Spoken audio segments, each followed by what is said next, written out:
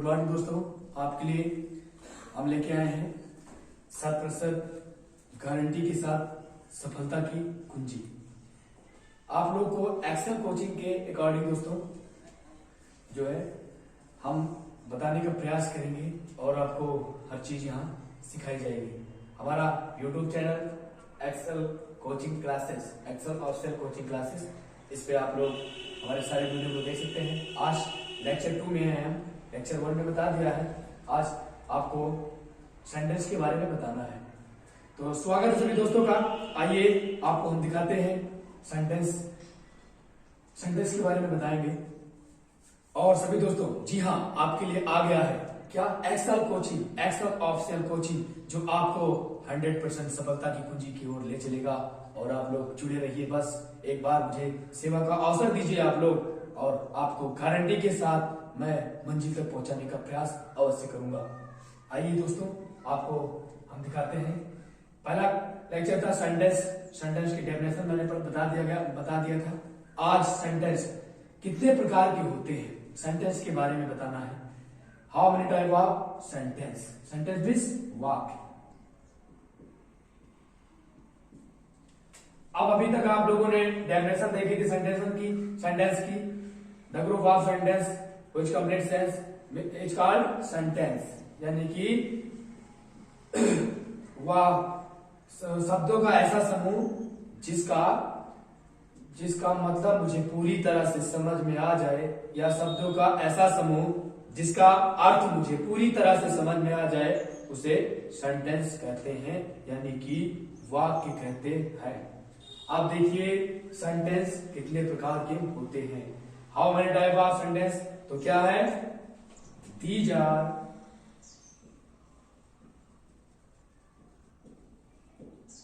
Six type. These are six type, यानी ये 6 प्रकार के होते हैं।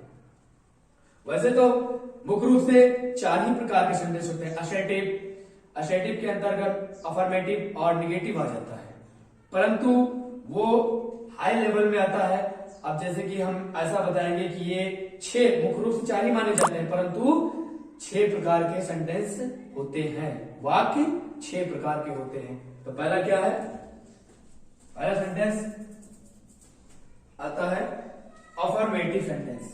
नंबर 1,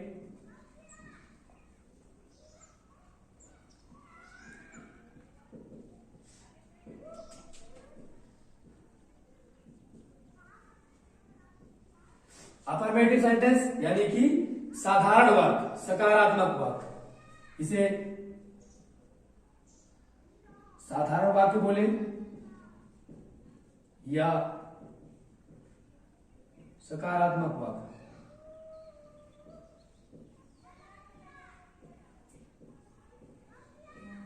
इसको सिंपल सेंटेंस भी बोल सकते हैं।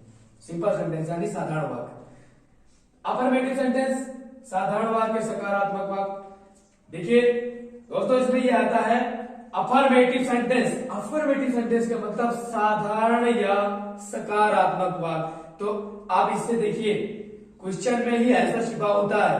अभी क्वेश्चन है क्या, अफर्मेटिव सेंटेंस साधारण का मतलब, इसको देहाती भाषा में हम क्या बोल सकते हैं, सीधे साधे वाक्य। सीधे साधे का मतलब सिंपल, उसमें ना तो नॉट का प्रयोग होगा, ना ही जो है व्हाट का प्रयोग होगा, ना कोई आदेश दिया जाएगा, कुछ नहीं रहेगा, यानी कि साधारण एकदम प्योर सिंपल सेंटेंस।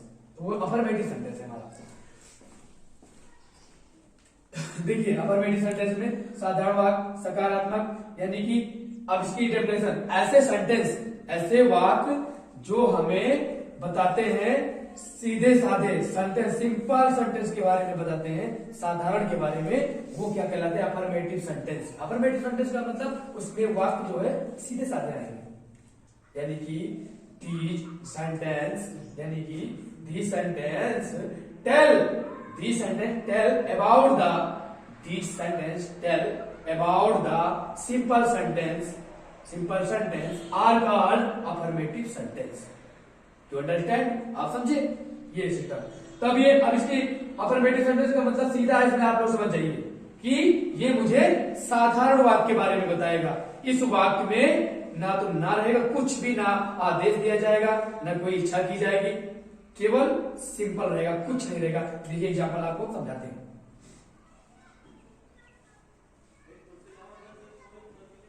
जैसे आपने देखा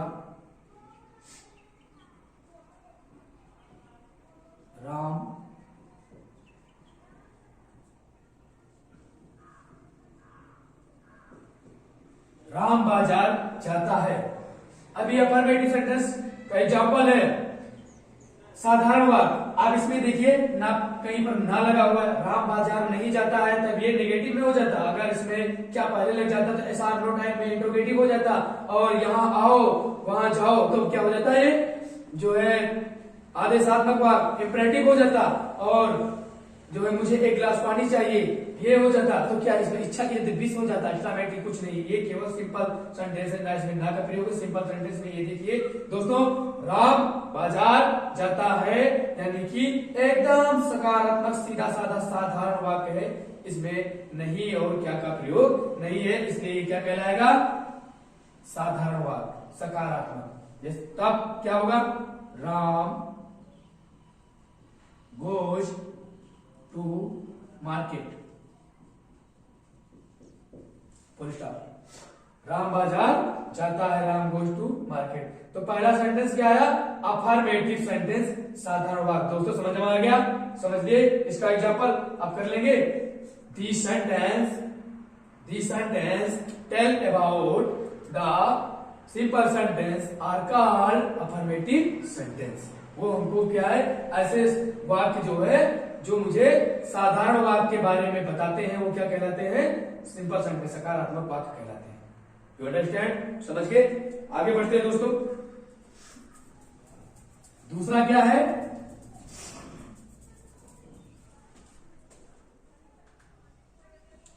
नेगेटिव सेंटेंस।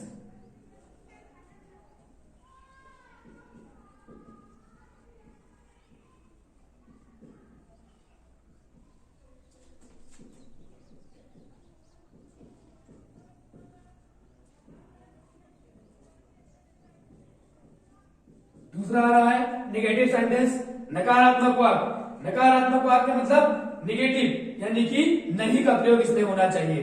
दोस्तों देखिए दूसरा नंबर, ये प्रश्न में ही जो है आंसर छिपा रहता है, क्वेश्चन में ही आंसर छिपा रहता है। तो क्या बोल रहा है, अभी आप लोगों ने पहला देखा अफर्मेटिव सेंटेंस यानी कि साधारण वाक्य बेटा।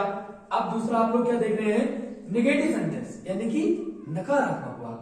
अब इसमें देखिए नकारात्मक का मतलब इस वाक्य में नहीं का प्रयोग होना चाहिए। तो इसकी डेफिनेशन क्या है दोस्तों, बताएंगे, the sentence tell about the negative the sentence tell about the negative या नॉट और not called are negative sentence. ऐसे वाक्य जो मुझे नकारात्मक का बोध कराते हैं, ऐसे वाक्य जो मुझे नकारात्मक का बोध कराते हैं, वो क्या कहलाते हैं, निगेटिव सेंटेंस यानी कि नकारात्मक वाक्य। तो इसमें एग्जांपल में देखिए दोस्तों, उसने क्या था, राम बाजार जाता है। अब इसमें क्या करेंगे,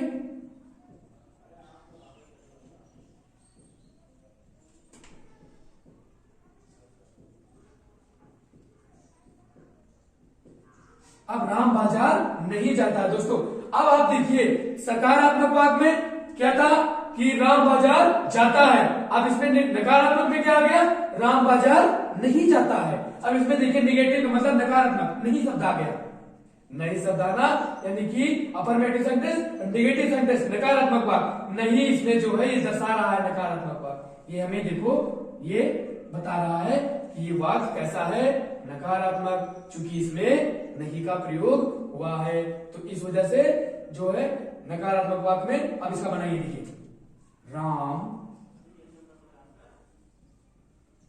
does not go to market. Ram does not go to market, Ram बाजार नहीं जाता है, नकारात्मक वाक्य। अब दोस्तों आपको समझ में आ गया नकारात्मक वाक्य। अगर कोई आपसे पूछता है नकारात्मक बताइए मुझे नेगेटिव सेंटेंस, तो क्या बताएंगे, this sentence the sentence tell about are the negative the sentence tell about negative are negative sentence, उसको क्या बोलते हैं? नकारात्मक संकेत। ऐसे वाक्य जो मुझे नकारात्मक नहीं का बोध कराते हैं, ऐसे वाक्य जिनमें नहीं पाया जाता, या ऐसे इसको बोल सकते हैं ऐसे वाक्य यानी कि जिन वाक्यों में नहीं का प्रयोग होता है उसे हम नकारात्मक वाक्य कहते हैं, नकारात्मक सेंटेंस कहते हैं, उसमें नहीं का बोध होता है। समझा दोस्तों? चलिए आगे चलते हैं। तीसरा नंबर क्या है?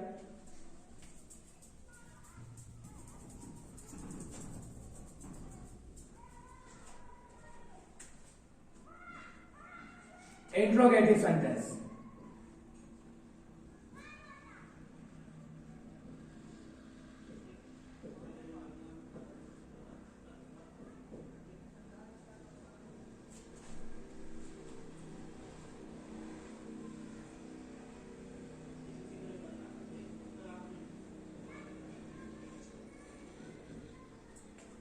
अब दोस्तों तीसरा क्या आ गया? पहला क्या था? Affirmative sentence. दूसरा क्या था? Negative sentence. तीसरा है क्या बेटा? Interrogative sentence. इंट्रोगेटिव सेंटेंस का मतलब प्रश्नवाचक वाक्य। अब प्रश्नवाचक वाक्य आ गया तो प्रश्नवाचक वाक्य का मतलब इसमें प्रश्न पूछा जाएगा।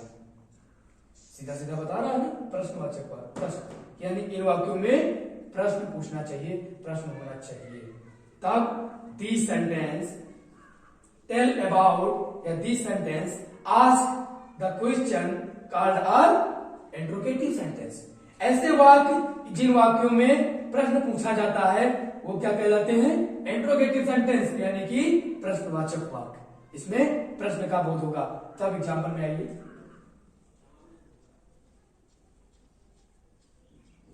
अब एग्जाम्पल देखिए दोस्तों।